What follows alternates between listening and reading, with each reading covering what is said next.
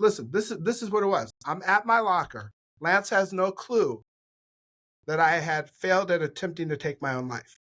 Mm. Lance is at his locker. He goes in his book, gets his stuff, shuts his locker. He turns, walks away, and he turns back. He says, "Hey, Dave." I said, "Yeah? What are you doing on Thursday?" "Nothing." "You want to come with me to this event?" "Sure." So I had someone time that, and the person said that was 8.9 seconds. There you go. James, we sometimes make this so incredibly complicated. Yes. But how deep is, hey, what? You want to come with me to this Want to thing? come with. Sure. Want to come And with. like, that would be the catalyst. And I think this is important for our hearers to listen. You know, see, I'd grown up in church, and what happened in this transformation of my life is going in a way that God crystallized the gospel to go from religion to relationship, in a very healing and transformative way in my life. You know, but the power of just invitation, because when Lance invited me, I was aware that my life was not working. Like Right. it was tore up. He didn't know that. And I remember when he invited me, I thought to myself this: hey, I'll go. I have nothing to lose. But I never imagined how much I had to gain. Yeah, that's right. And at that time, you didn't feel like Lance was trying to quote unquote fix you, did you? No. I think that's a part of it too, right? Yeah. 8.9 seconds. There wasn't a lot of fixing. It was just like, just come on with me. It's between classes. Right. It's just like, right. Hey, what are you doing? Yeah. You want to come with me to this? Sure. Invitation to hang out. Right. And I mean, like, honestly, we do that in so many other things. I mean, like, sometimes, like, running the streets and stuff, it'd be like, hey, man, what you doing, man? You know, we're doing this night. That's right. And so, like, we already know how to do invitation. That's right. It's inviting people to things that are life-giving. That's good. That's good. Let me ask you this. For parents that might be listening, caregivers, guardians, coaches, teachers, etc., what are some of the symptoms, if you will, that a person may be dealing with, a young person may be dealing with hopelessness? And on that, I don't know if there's a quote unquote spectrum of hopelessness, right? Where it gets to being severe. But what are some of the signs that people should look out for?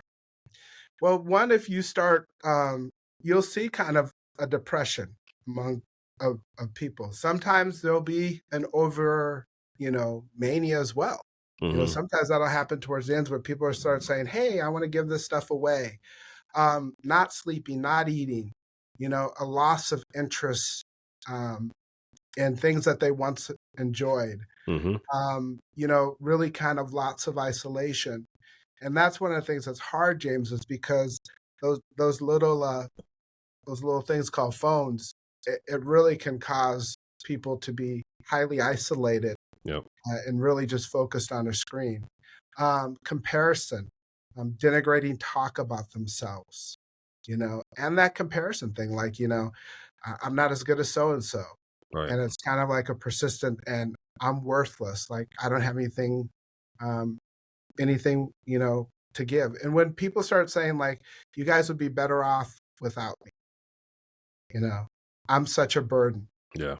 And again, like, sometimes having just really, honest and straightforward conversations, like, are you thinking about this? Yeah. Have you considered suicide? And then a question, have you made a plan? Okay. Because sometimes people will ideate, but not necessarily have a plan. But some people ideate and they have a plan. They have a plan. And then if you're like, do you have a definite plan? Walk me through that. And here's the thing, like, don't be embarrassed to, like, speak into someone's life, and to ask questions. Yeah. Sometimes, James, what I'll say, like, if you and I were talking, I may say, you know what, James, I may or may not have this right. And if I have it wrong, please forgive me. I've noticed some things and I just want to make sure you're okay. I want to let you know I care. Like, is there some things that that you're carrying?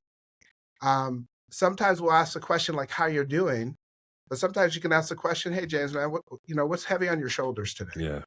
Yeah. What's heavy on your heart? And And sometimes when you talk to someone, when they're like, how you doing? Fine. Okay, talk a little bit more. So James, how are you doing? Oh man, I'm good. And it's like you talk a little bit more. It's like, okay, James, keep it real with me. Like, how are you really doing? Yeah. Because we want to be known. And this is one of the things I found. People want to be known. The question that they wonder is, does anyone actually care to listen? Mm-hmm.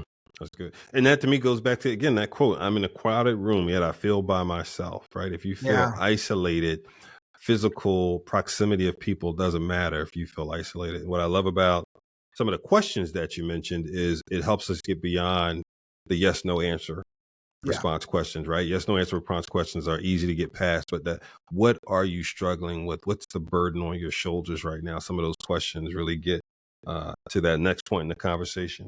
If some of these folks, David, say, listen, I have observed some things, as David has said, I've asked some questions that got some answers that have made me uncomfortable, but I'm not sure how to take the next step.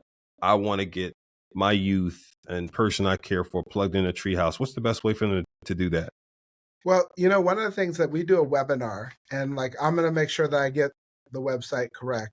You can register on the website at treehousehope.org/webinar.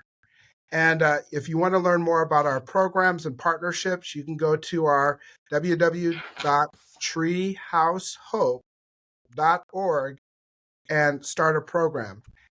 There's a get in touch form on that page that they can fill out. And, James, that's one of the ways that you can reach out to TreeHouse.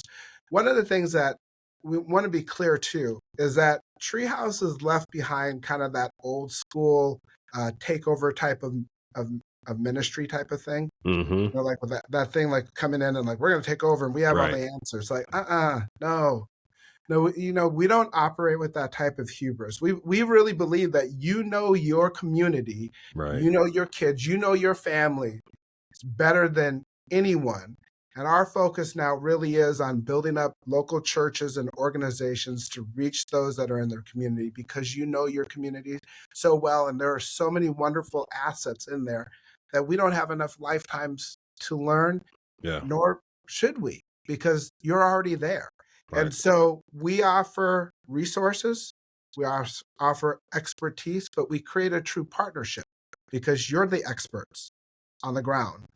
And we learn from local leaders how best to minister and partner with your culture and with your community.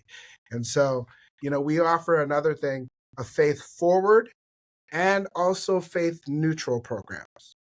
Because for some, they're like, hey, I'm in a setting where I can be very much just faith forward that. But TreeHouse also has faith neutral. And because our goal is helping all teens to come out of hopelessness. Yeah. And so there's different ways that we go about this as a equipping organization. And we want to definitely have a conversation with you.